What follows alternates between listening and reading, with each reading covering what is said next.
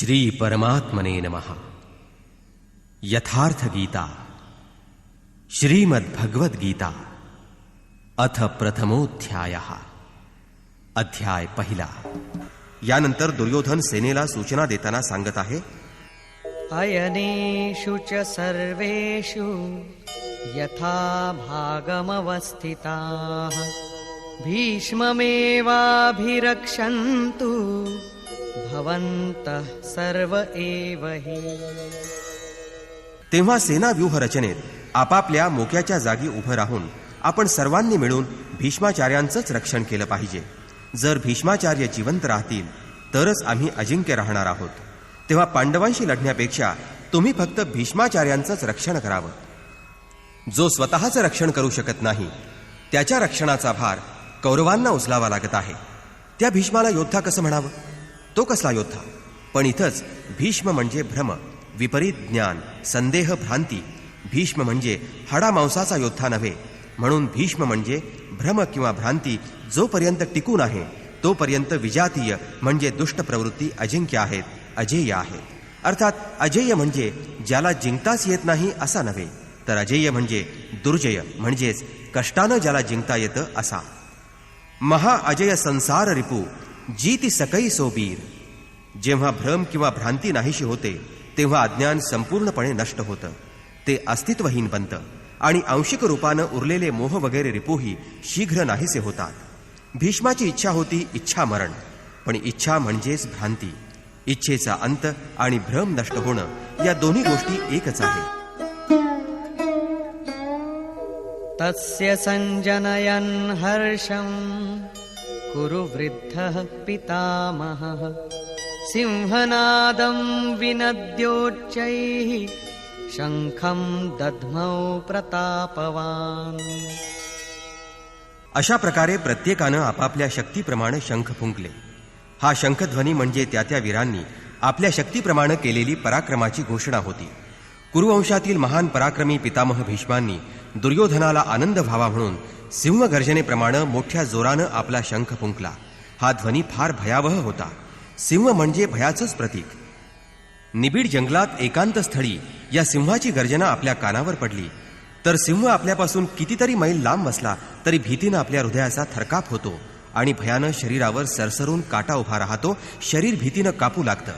आपली अशी दशा होण्याचं कारण काय? कारण सिंहाविषयीचं भय आपल्या मनात दडून बसलेलं असतं। म्हणजे हे भय आपल्या मनात असतं, प्रकृतीमध्ये हे भय परमात्म्याच्या ठिकाणी नसतं। कारण परमात्मा म्हणजे निर्भयतेचं साम्राज्य। ततः शंखाश्च भैर्यश्च पणवानक गोमुखाः सहसैवाभ्यहन्यन्त सशब्दस्तु मुलोऽभवत्। त्यानंतर शंख, नगारे, तुतार्या, ढोल, रणशिंग ही रणवाद्य एकदम वाजवली गेली तेव्हा त्यांचा फारच मोठा आवाज झाला। त्यामुळं वातावरण भयावह झालं, कारण पांडव सेनेत भय उत्पन्न करणं हाच तर कौरवांचा उद्देश होता। अशा प्रकारे दुष्ट प्रवृत्तीचं बाह्य आक्रमण सफल झाल्यावर मोहमय बंधन अधिक घट्ट किंवा मजबूत बनतं। यानंतर पुण्य प्रवृत्तीच्या पांडव सेनेत रणवाद्य फुंकली गेली। यात पहिला मान योगेश्वर श्रीकृष्णाला दिलेला होता। ततः श्वेतैर्हयैर्युक्ते महती स्यन्दने स्थितौ माधवः पाण्डवश्चैव दिव्यौ शंखौ प्रदध्मतु। पांढऱ्या शुभ्र घोड्यांनी युक्त असणाऱ्या इथं पांढरा रंग सात्विक आणि निर्मलतेचं प्रतीक आहे। महती स्यंदने म्हणजे महान रथावर आरूढ झालेल्या योगेश्वर श्रीकृष्णानं आणि अर्जुनानं आपापले अलौकिक शंख फुंकले। इथं अलौकिक या शब्दाचा अर्थ आहे सर्व लोकांमध्ये श्रेष्ठ। मृत्यूलोक, देवलोक, ब्रह्मलोक आणि जिथं जिथं जन्म मृत्यूचं भय आहे त्या सर्व लोकांपेक्षा श्रेष्ठ अशी पारलौकिक आणि पारमार्थिक स्थिती प्रदान करणं हा योगेश्वर कृष्णाच्या घोषाचा अर्थ आहे। या योगेश्वराचा रथ सोन्या चांदीचा किंवा लाकडाचा नाही, तर तो रथ अलौकिक आहे। त्याचा शंख अलौकिक आहे आणि त्यामुळे त्याचा घोषही अलौकिकच आहे। लोकांपेक्षा श्रेष्ठ असं फक्त एक ब्रह्म तेवढं आहे। सरळ त्या ब्रह्माशी संपर्क साधून देणं हा श्रीकृष्णाच्या घोषध्वनीचा अर्थ आहे। परंतु ही स्थिती श्रीकृष्ण कशा प्रकारे प्रदान करतील?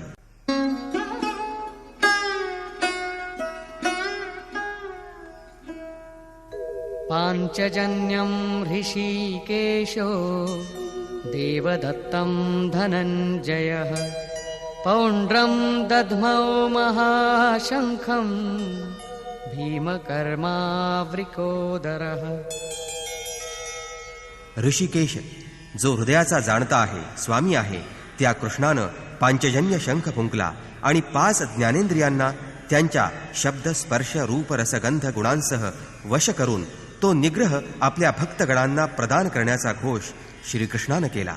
विक्राळ रूपात बंड करणाऱ्या इंद्रियांना वश करून आपल्या भक्तांना इंद्रिय निग्रहाची देणगी सद्गुरूच देत असतो आणि योगेश्वर श्रीकृष्ण हे महान सद्गुरू होते. यानंतर भयावह अचाट कर्म करणाऱ्या भीमानं पौंड्र म्हणजे प्रीती नावाचा महाशंख फुंकला. प्रीती म्हणजेच भाव किंवा प्रेम. त्याचा उद्गम आणि निवास हृदय असतं. म्हणूनच भीमाला वृकोदर असं म्हणतात. हे प्रेम किंवा हा भाव लहान मुलात दिसून येतो, परंतु वस्तुतः ते प्रेम आपल्या हृदयात असतं. ते मुलांमध्ये फक्त प्रकट होत असतं. हा भाव अगाध आहे, सामर्थ्यवान आहे. त्यानं म्हणजे भावरूपी भीमानं पौंड्र अर्थात प्रीती नावाचा महाशंख फुंकला. हा भाव महान आहे, बलवान आहे, सामर्थ्यवान आहे, पण प्रेमाचं माध्यम असलं तरच. म्हणूनच रामचरित मानसात म्हटलंय, हरि व्यापक सर्वत्र समाना, प्रेम ते प्रकट हो ही मैं जाना.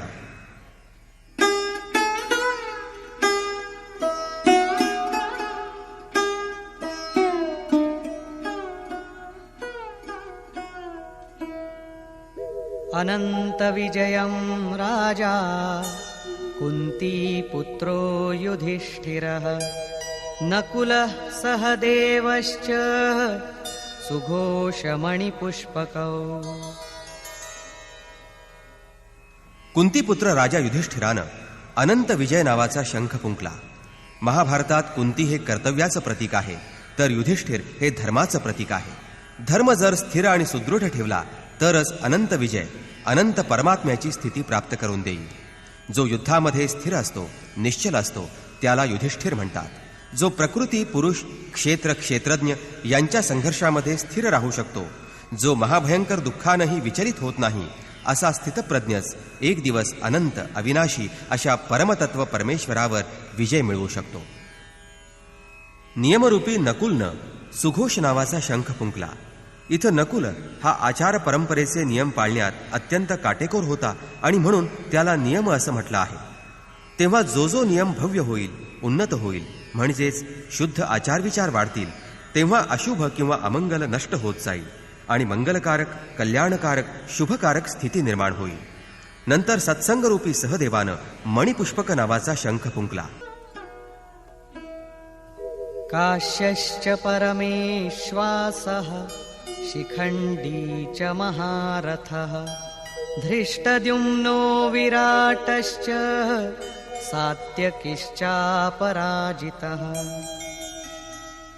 महाधनुर्धारी काशीचा राजा, महापराक्रमी शिखंडी, दृष्टद्युम्न, विराट आणि अजिंक्य असा सात्यकी यांनी आपापले शंख फुंक. द्रुपदो द्रौपदेयाश्च सर्वशः पृथिवीपते सौभद्रश्च महाबाहुः शंखान् दद्मुः पृथक् पृथक्.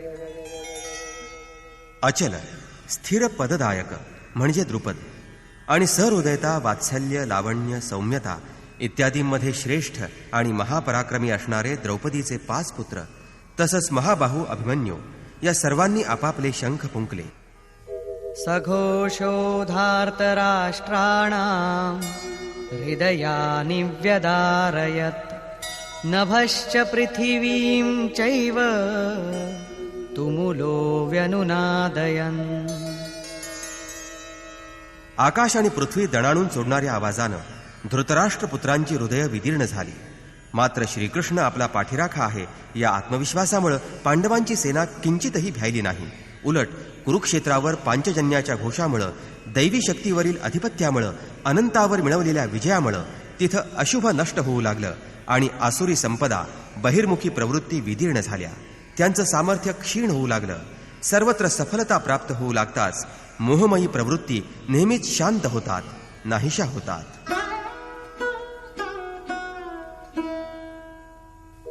अथ व्यवस्थितान् दृष्ट्वा धार्तराष्ट्रान् कपिध्वजः प्रवृत्ते शस्त्रसम्पाते धनुरुद्यम्य पाण्डवः ऋषिकेशं तदा वाक्यम् इदमाह महीपते सेनयोरुभयोर्मध्ये